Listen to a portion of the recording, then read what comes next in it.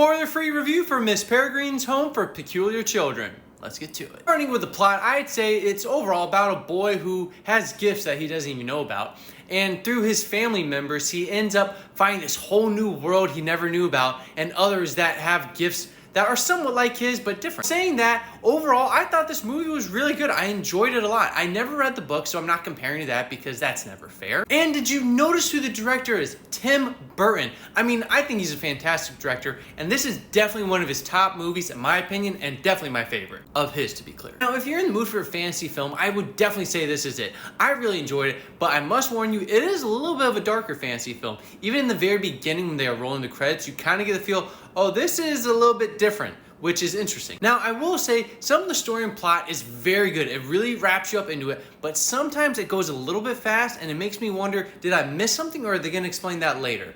I don't know. Now, some things I didn't like too much about the film. The bad guys in it, there's kind of like two different kinds. One is pretty good and they are definitely a little freaky and scary, I would say.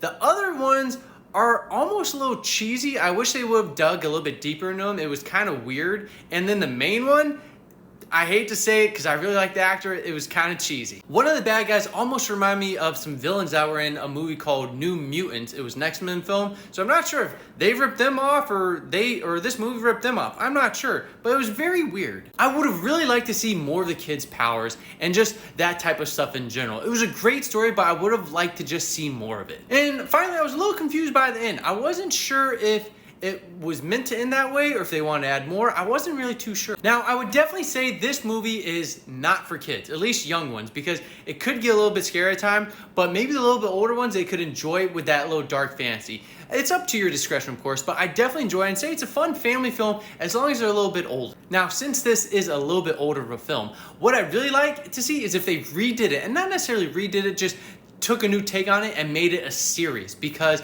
I love the way Tim Burton did it. So if he was the director or writer and somehow producer involved in it, that would be great.